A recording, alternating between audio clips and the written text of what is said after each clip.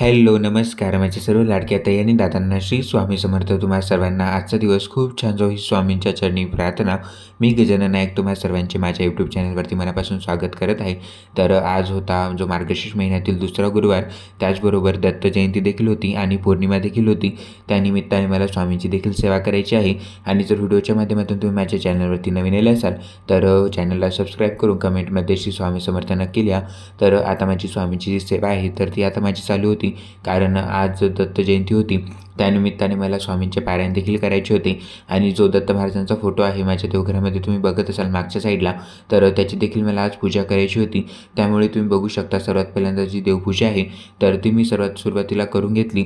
त्यानंतर आज मार्गशीर्ष महिन्यातील दुसरा गुरुवार देखील होता आणि गुरुवारच्या पूजेची मांडणी देखील करायची होती। जे माझं देवघर आहे तर हे किचनमध्ये आहे आणि जी आता पूजा मांडणी मला करायची होती तर ही हॉलमध्ये करायची होती। म्हणजे जी मार्गशीर्ष गुरुवारची पूजा मांडणी मला करायची होती तर ती मला हॉलमध्ये करायची होती, कारण जेव्हाही आपण अशा प्रकारच्या पूजा करतो तर याला जी स्पेस आहे तर ती भरपूर लागते। म्हणून ज्या काही मोठ्या पूजा असतात तर त्या मी हॉलमध्येच करण्याचा प्रयत्न करत असतो। आणि तुम्ही बघू शकता तर सर्वात पहिल्यांदा मी जी आजची स्वामी सेवा होती तर ती मी पहिल्यांदा करून घेतली। म्हणजे जी स्वामींची मूर्ती होती तर तिच्यावर मी अभिषेक करून घेतला। जेव्हाही आपण कोणती स्वामींची सेवा करतो तर तुम्ही नक्की स्वामींच्या मूर्तीवर अभिषेक करा, कारण ही देखील खूप प्रभावी सेवा आहे। यानंतर जे पारायण मला करायचं होतं तर त्याची देखील मला पूजा मांडणी करायची होती। तर एकदम साधी आणि सोपी मांडणी आहे पूजेची, जास्त वेळ मला लागला नाही पूजा मांडणी करण्यासाठी। पण पूजा दोन करायच्या होत्या, कारण एक दत्तात्रेय जयंतीची देखील पूजा होती आणि त्याचबरोबर गुरुवारची देखील पूजा वेगळी होती, म्हणजेच मार्गशीर्ष गुरुवारची। त्यामुळे मला म्हणजे सकाळी थोडासा टाईम लागला आणि पूजा देखील मी तुमच्यासोबत शेअर करतच आहे। सर्वात पहिल्यांदा जी महाराजांची मूर्ती होती तर तिच्यावरती मी अभिषेक करून घेतला। त्याचबरोबर जिथे माझ्या देवघरामधली तुम्ही फोटो बघत असाल देवांची, तर ही देखील म्हणजेच देवांची जी फोटो आहे तर ती देखील मी स्वच्छ करून घेतली।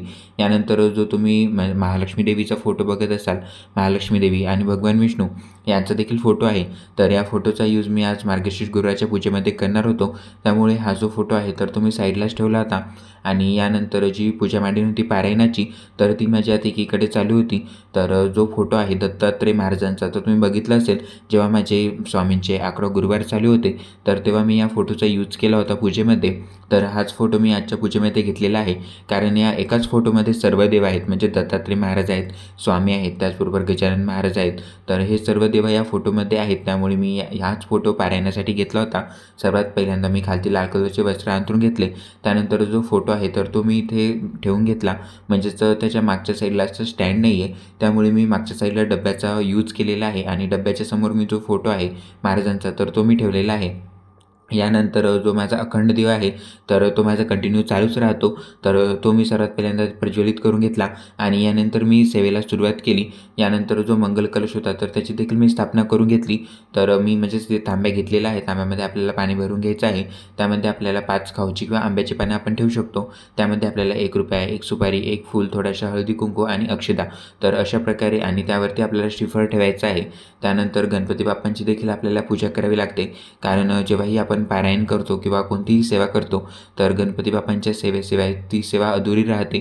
त्यामुळे सर्वात पहिल्यांदा आपण गणपती बाप्पांचं पूजन करून घ्यायचं असतं। गणपती बाप्पांचं पूजन करण्यासाठी मी इथे सुपारीची स्थापना केली आहे, कारण जी गणपती बाप्पांची मूर्ती होती तर ही आता मला म्हणजेच मार्गशीर्ष गुरुवारसाठी लागणार होती। त्यामुळे ती मूर्ती काय मी इथे पूजेमध्ये ठेवली नाही, फक्त गणपती बाप्पाचं जे स्वरूप आहे तर ते स्वरूप म्हणून मी इथे सुपारीची स्थापना केली आहे। त्यानंतर जे काही वस्त्र होते तर ते मी अर्पण केले। त्यानंतर सुपारीला मी हळदी कुंकू लावून घेतलं, त्याचबरोबर जी फुलं आहेत तर ती मी अर्पण केली। यानंतर जी महाराजांची मूर्ती होती तर ती देखील मी इथे पूजेमध्ये ठेवून घेतली आणि त्यानंतर महाराजांना वस्त्र देखील परिधान केले। जो महाराजांचा टोप आहे तर तो देखील मी त्यांना घातला आणि खरंच महाराज खूप छान दिसत होते। यानंतर जी रांगोळी आहे तर ती देखील मी काढून घेतली आणि त्यानंतर जे महाराजांचं पारायण मला करायचं होतं पोथीचं तर ते देखील मी करून घेतलं। त्यानंतर महाराजांची एक माळ जप केली आणि जे महाराजांची आरती आहे तर ती देखील केली। स्वामींचं पारायण करणं झाल्यानंतर मी मार्गशीर्ष गुरुवारच्या पूजेसाठी इथे मांडणी करण्यासाठी सुरुवात केली। सर्वात पहिल्यांदा जे मागचं तुम्ही डेकोरेशन बघत आहात तर हे मी रात्रीच करून ठेवलं होतं, कारण एकदाच एवढं सर्व काही होत नाही मॅनेज। त्यामुळे जे काही अशा प्रकारचं थोडंसं जे काम आहे तर ते मी अगोदरच करून ठेवतो, जेणेकरून दुसऱ्या दिवशी जी कामं आहेत तर ती लवकर लवकर होऊन जातात। तर तुम्ही बघू शकता मागच्या साईडचं जे डेकोरेशन होतं तर ते मी रात्रीच करून ठेवलं होतं। यानंतर तुम्ही बघत असाल तर हा खालचा जो आहे तर हा बॉक्स आहे आणि बॉक्सवरती तो मी पेनचा अंतरला होता आणि पेस्टाला जी बॉर्डर आहे तर ती मी लावून घेतली होती, कारण ती थोडीशी दिसायला देखील छान दिसत होती। कारण जो मोठ्या साईजचा चौरंग असतो तर तो मी इथे माझ्या रूमवरती आणलेला नाही आहे. फक्त जो छोट्या साईजचा चौरंग आहे तर तोच माझ्याकडे होता, तर तो मी इथे पूजेमध्ये ठेवलेला आहे. पुढे तुम्हाला दिसेल सुरुवातीला ज्या समय आहेत तर त्या मी प्रज्वलित करून घेतल्या, कारण जेव्हाही आपण कोणतीही सेवा करतो तर आपण दीपपूजनानेच आपल्या सेवेला सुरुवात करतो. त्यामुळे ज्या समया होत्या तर त्या मी पहिल्यांदा प्रज्वलित करून घेतला, त्यांना हळदी कुंकू लावून घेतलं. त्यानंतर जो फोटो मला पूजेमध्ये ठेवायचा होता तर तो देखील मी इथे ठेवून घेतलेला आहे. म्हणजे जो भगवान विष्णू आणि माता लक्ष्मी यांचा जो फोटो होता तर तो देखील मी इथे पूजेमध्ये ठेवून घेतला. यानंतर जे देवीचं स्वरूप आहे तर ते तयार करण्यासाठी मी खालती डब्याचा यूज केला आणि त्याच्या खालती मी एका चौरंगाचा यूज केलेला आहे, कारण जेव्हाही आपण देवीचं स्वरूप तयार करतो तर त्याला थोडीशी हाईट मिळावी अशा प्रकारे तुम्ही ते अरेंज करा, जेणेकरून ते दिसायला छान दिसतं. आणि हे जे वस्त्र ज्वेलरी आहे तर याचा ऑलरेडी मी व्हिडिओ केलेला आहे, जर तुम्ही तो बघितला नसेल तर नक्की बघा. आणि जो मुखवटा आहे तर त्याचा देखील मी ऑलरेडी तुमच्यासोबत व्हिडिओ शेअर केलेला आहे की हे सर्व साहित्य मी कुठून घेतलं. जर तुम्ही तो व्हिडिओ बघितला नसेल तर नक्की आवर्जून बघा, जेणेकरून हे सर्व जे पूजा साहित्य आहे तर ते तुम्ही देखील ऑनलाईन खरेदी करू शकता. त्यानंतर तुम्ही बघत असाल तर मंगल कलशाची इथे मी स्थापना करून घेतली. म्हणजेच जो तांब्या होता तर त्याला पहिल्यांदा मी हळदी कुंकू लावून घेतलं. त्यानंतर त्यामध्ये आपल्याला ₹1, 1 सुपारी, हळदी कुंकू, अक्षता आणि जी 5 डहाळे आपण घेतलेली असतात पूजेसाठी तर ती देखील मी तिथे ठेवून घेतली. आणि जो नारळ होता तर त्याला मी मुखवटा बांधून घेतला आणि त्यानंतर जो नारळ आहे तर तो मी ठेवून घेतला. आणि हे सर्व म्हणजे जो पानं आणि नारळ आहे तर हे ठेवण्या अगोदरच जी ज्वेलरी होती तर ती मी पहिल्यांदा परिधान करून घेतली, कारण नंतर आपण एकदा जर पानं ठेवले त्यानंतर ती ज्वेलरी घालण्यासाठी थोडीशी अवघड जाते. त्यामुळे पानं आणि नारळ ठेवण्या अगोदरच तुम्ही ज्वेलरी देवी आईला परिधान करू शकता, जेणेकरून नंतर आपल्याला अडचण जात नाही. यानंतर जे कालच्या व्हिडिओमध्ये मी तुमच्यासोबत पावलं शेअर केले देवी आईसाठी मी खास करून बनवले होते तर ते देखील मी देवी आईला अशा प्रकारे ते ठेवून घेतले. आणि खरंच ते ठेवल्यानंतर जे देवी आईचं स्वरूप आहे तर ते पूर्ण खूप छान दिसत होतं. यानंतर थोडीशी जी पूजा मांडणी होती तर ती देखील मी समोर इथे करून घेतली. छोटा जो चौरंग आहे तर त्याचा मी इथे यूज केला होता, त्यावरती मी लाल कलरचे वस्त्र अंथरून घेतले. त्यानंतर जो मार्गशीर्ष गुरुवारसाठी मी पूजेसाठी फोटो बनवला होता तर तो इथे मी ठेवून घेतला. त्यानंतर जी लक्ष्मी देवीची मूर्ती होती, गणपती बाप्पांची मूर्ती होती तर ती मी त्या आंब्याच्या पानावरती ठेवून घेतली. त्याचबरोबर जो शंख होता तर तो देखील इथे पूजेमध्ये मी ठेवून घेतला. त्यानंतर त्यांना मी हळदी कुंकू अर्पण केले. त्याचबरोबर जे वस्त्र आहेत तर ते देखील मी त्यांना अर्पण केले. यानंतर फुलं देखील मी अर्पण केली. त्याचबरोबर जी रांगोळी होती तर ती देखील मी काढून घेतली. आणि जे रांगोळीचे प्लास्टिकचे साचे आहेत तर ते खरंच खूप युजफुल ठरतात, कारण जेव्हाही आपण अशा प्रकारच्या मोठ्या पूजा करतो तेव्हा आपल्याला म्हणजेच मोठी रांगोळी काढणं शक्य होत नाही.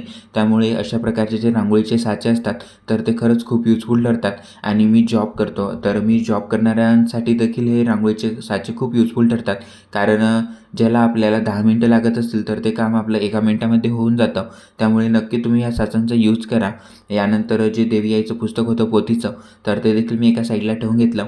त्याचबरोबर आज म्हणजेच महालक्ष्मी देवीची सेवा करायची होती, त्यामुळे जी धनलक्ष्मी कुंचम सेवा आहे तर ती देखील मी केली. म्हणजेच आपण जेव्हा आपली मार्गशीर्ष गुरुवारची पूजा करतो त्याचबरोबर तुम्ही ही सेवा देखील करत जा, जेणेकरून महालक्ष्मी देवीचा जो आशीर्वाद आहे तर तो नेहमी आपल्या पाठीशी राहतो. त्याचबरोबर जी कुंचम सेवा होती तर ती देखील मी करून घेतली.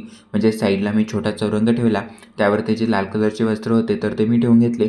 त्याचबरोबर त्याला म्हणजे जे कुंचम आहे तर त्याला मी हळदी कुंकू लावून घेतलं, म्हणजे चंदन लावून घेतलं.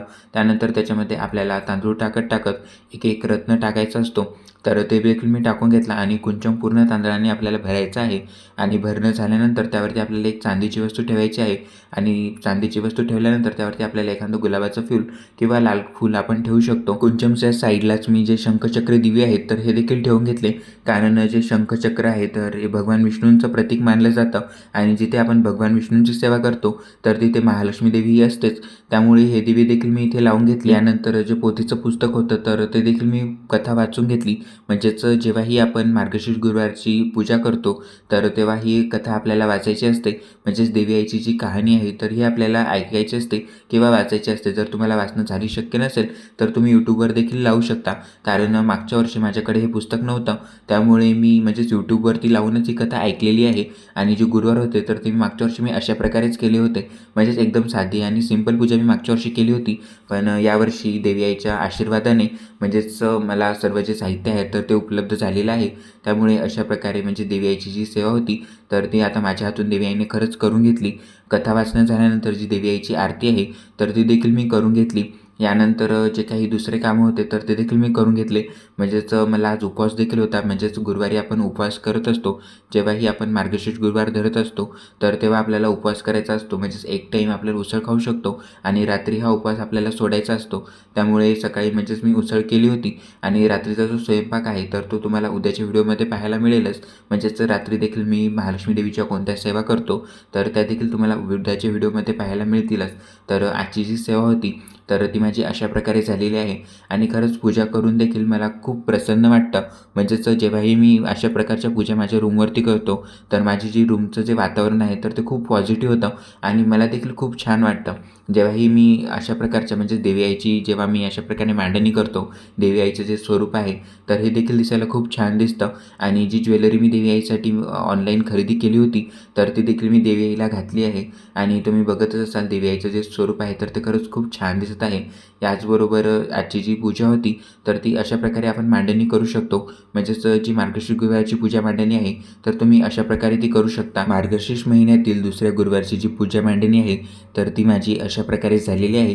तुम्हाला माझा आजचा व्हिडिओ कसा वाटला कमेंटमध्ये नक्की सांगा.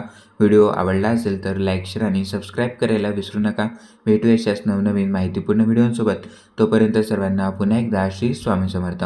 आणि तुम्हालाही कोणते म्हणजेच मार्गशीर्ष गुरुवाराबद्दल जर काही प्रश्न असतील तर तुम्ही कमेंटमध्ये नक्की विचारा. मी तुम्हाला रिप्लाय देण्याचा नक्कीच प्रयत्न करेल. आणि कोणतेही तुम्हाला जर पूजा साहित्य खरेदी करायचे असेल तर याचा ऑलरेडी व्हिडिओ आपल्या यूट्यूब चॅनलवरती अपलोड मी केलेला आहे.